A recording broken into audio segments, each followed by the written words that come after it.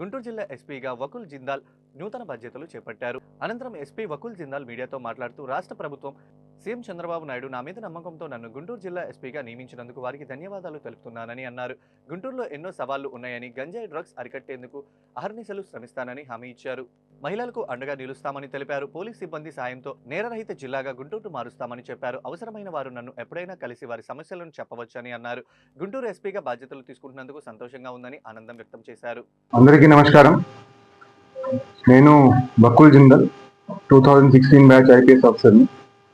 ఈరోజు గుంటూరు ఎస్పీగా ఛార్జ్ తీసుకోవడం జరిగింది. మన రాష్ట్ర ప్రభుత్వం అదేవిధంగా సీఎం గారు చాలా నమ్మకంతో గుంటూరులో నాకు పోస్ట్ చేయడం జరిగింది. సో వాళ్ళకి నేను ధన్యవాదాలు ఇస్తున్నాను. గుంటూరు జిల్లా అనేది చాలా ఇంపార్టెంట్, చాలా రాజధాని ప్రాంతం ఉండడం వల్ల చాలా సెన్సిటివ్ జిల్లా. సో ఈ జిల్లాలో నా ప్రయారిటీస్ రౌడిజం కంట్రోల్ చేయడము, మహిళల మీద నేరాలు, అదేవిధంగా డ్రగ్స్, అన్ని దాని మీద మెయిన్గా ఫోకస్ చేసి పని చేయడం జరుగుతుంది. సో ప్రజలకి ఎప్పుడు కూడా 24/7 పోలీసు యంత్రాంగము అందుబాటులో ఉండే విధంగా మేము చర్యలు తీసుకుంటాము. అదేవిధంగా సిబ్బంది సంక్షేమానికి కూడా పెద్దపీట వేయడం జరుగుతుంది.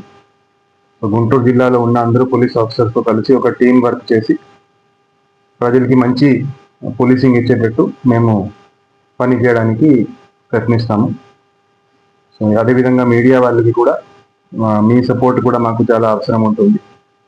సో మేము చేసే పనులు ప్రజల వరకు తీసుకెళ్ళడానికి కూడా మీ సహకారం కూడా నేను రిక్వెస్ట్ చేస్తున్నాను. సో ఈరోజు గుంటూరు ఎస్పీగా ఛార్జ్ తీసుకోవడం చాలా సంతోషంగా ఉంది.